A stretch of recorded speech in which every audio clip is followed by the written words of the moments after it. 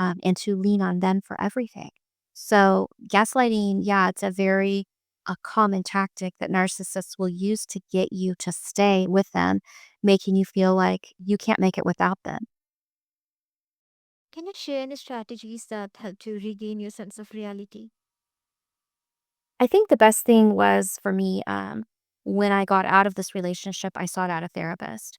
And I think that therapy, while it's not a magic cure and it's not going to fix everything overnight, it lays some groundwork to get you on that healing journey.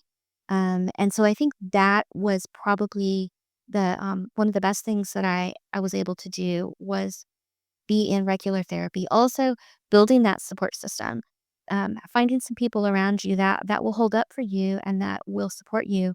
Um, these things will help you start to that fog to kind of clear and start to see things for what they are and not, this convoluted world that you've been living in. But it does take time, and you've got to be patient with yourself. Yeah, gaslighting can be incredibly disorienting.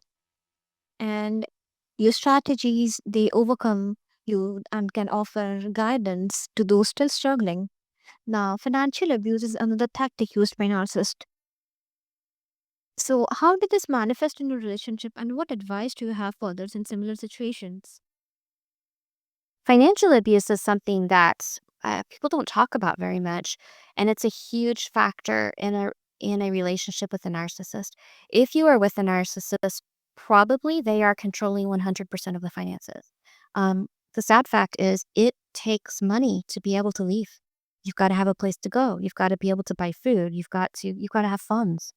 Uh, Narcissists will try to control you by hanging on to all of that money that you can't access, therefore you can't leave. So yeah, before leaving a narcissist, you really need to set aside money. You need to set aside an account, whether that means opening up your own account in secret and, starting to set aside money for yourself.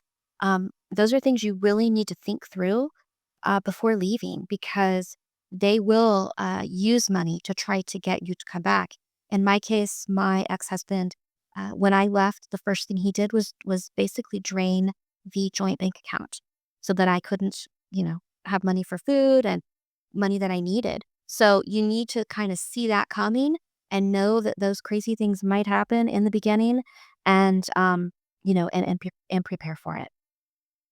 So, are there any resources or organizations that you recommend for victims seeking help? Other resources, I would say educate yourself